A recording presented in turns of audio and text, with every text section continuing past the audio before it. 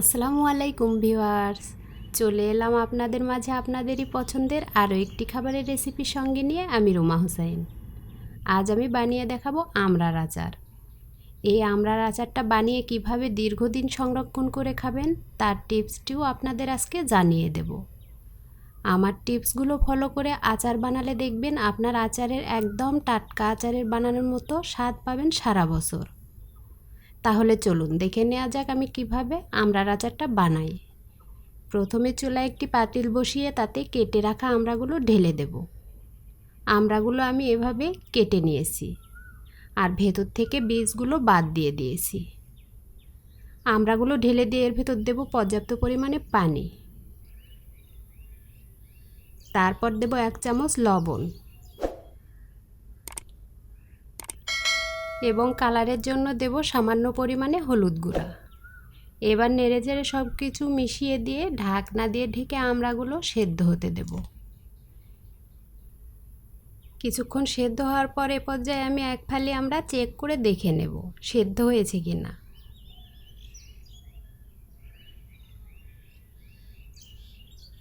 আমড়াটা আমার এখনও সেদ্ধ হয়নি, আরও একটু সেদ্ধ করে নিয়ে পানিটা ঝরে রেখে দেব।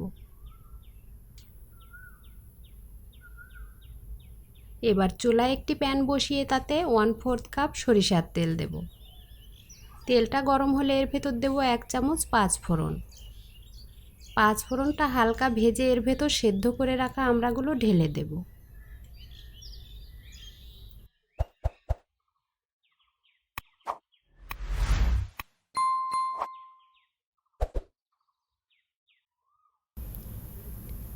এবার আমড়াগুলো তেলের ভেতর নেড়েচেড়ে দিয়ে এর ভেতর দেব 1/2 চামচ চিলি ফ্লেক্স, 1/2 চামচ জিরা গুঁড়া, 1/2 চামচ গরম মশলা গুঁড়া। এবার নেড়েচেড়ে কিছুক্ষণ তেলের ভেতর ভেজে নেব। আমড়াগুলো কিন্তু আমি বেশি সেদ্ধ করে একেবারে গলিয়ে ফেলিনি, আস্তে আস্তে রেখেছি। আপনারা চাইলে আচারটা এরকম আস্তই রেখে খেতে পারেন, আবার আমার মতো ভেঙেও দিতে পারেন। কিছুক্ষণ নাড়াচাড়ার পর এর ভেতর দেব 1 কাপ চিনি। আমার ছোট্ট মেয়ের জন্য আচারটা আমি একটু বেশি মিষ্টি দিয়েছি, আপনারা আপনাদের পছন্দ অনুযায়ী চিনিটা অ্যাড করবেন। এবার আচারটা নেড়েচেড়ে 5-7 মিনিট জাল করব। চিনির রসটা গাঢ় হয়ে এলে এর ভেতর দেব তেঁতুল। আমরা যেহেতু কম টক তাই এখানে তেঁতুল ব্যবহার করলে আচারের টক মিষ্টির একটা ব্যালেন্স হবে। আপনারা যারা বেশি দিন সংরক্ষণ করতে চান এ পর্যায়ে 4 টেবিল চামচ ভিনেগার অ্যাড করবেন।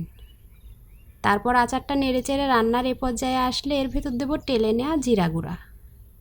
এবার নেড়েচেড়ে জিরা গুঁড়াটা আচারের সঙ্গে মিশিয়ে দেব। ব্যাস তৈরি হলো আমার আমড়ার আচার। আচারটা বানানোর পর কিন্তু একদিন রোদে শুকিয়ে তারপর এয়ারটাইট জারে ভরে নর্মাল ফ্রিজে রাখতে হবে। আবার মাঝে মধ্যে ফ্রিজ থেকে বের করে আবারও রোদে শুকালে আচারের গুণাগুণটা ঠিক থাকবে। আজ তাহলে আর কথা বাড়াবো না, দেখা হবে অন্য কোনো রেসিপির সঙ্গে নিয়ে। সে পর্যন্ত সবাই ভালো থাকবেন। আল্লাহ হাফেজ।